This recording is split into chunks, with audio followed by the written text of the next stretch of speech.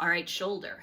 One of my favorite and the one that I am working on most often because I have closing angle joint pain, or I had closing angle joint pain.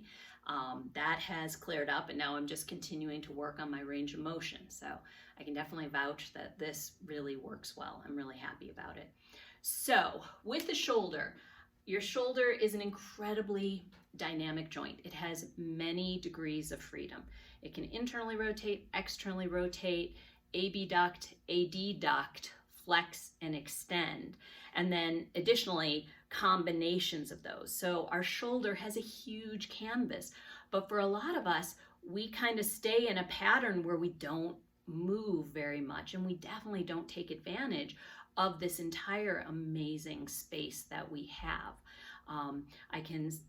I know a lot of people who kind of feel like they're going along fine, and then all of a sudden it's like, oh, I can't move here. I don't know where that came from.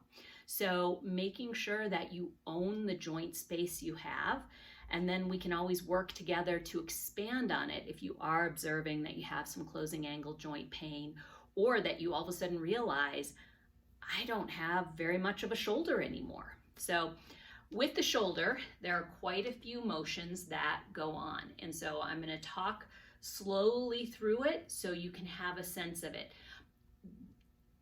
It sounds like a lot, but truly as you start to do it, like if you rotate the wrong way, you just can't move. So, know that it makes a lot more sense, and physically it will make a lot of sense.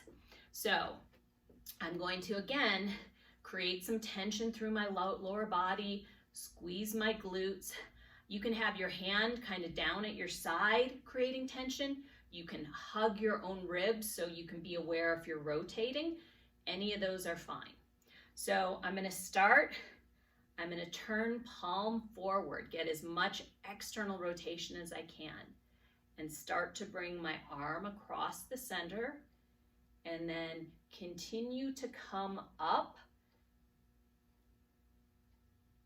bringing my arm by my side. At this point, my thumb is pointing straight back. My arm is close to my ear. Now I'm going to rotate my hand so my thumb is now pointing forward. I'm going to continue that rotation as I reach back behind me. Keep rotating, Make sure there's no closing angle pain. And here I am now, the back of my hand is facing my leg. Now I'm going to reverse that. Check in, make sure my legs are tense. I'm still squeezing my rib cage. I'm going to extend my shoulder straight back. The back of my hand is still pointing towards my leg. And you're going to come to like a natural roadblock. When you hit that point, that's where you start to unwind. So now my thumb is pointing back up towards the ceiling.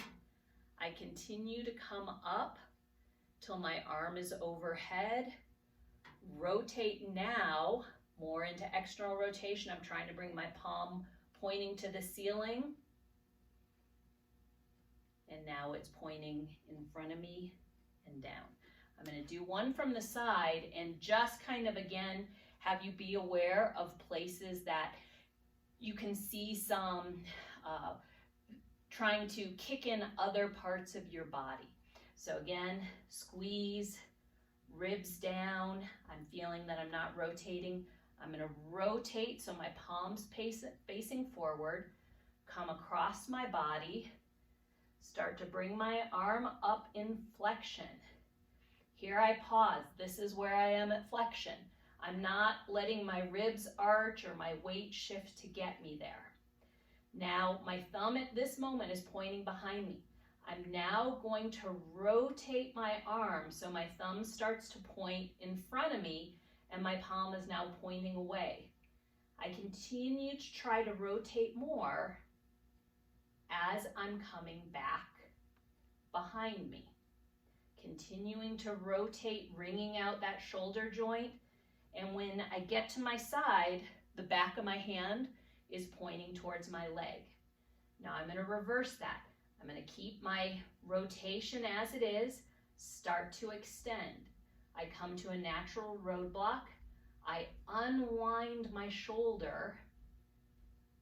My palm is now facing away and continue to come up into flexion, then start to rotate the opposite direction into external rotation, coming across the body, and relax.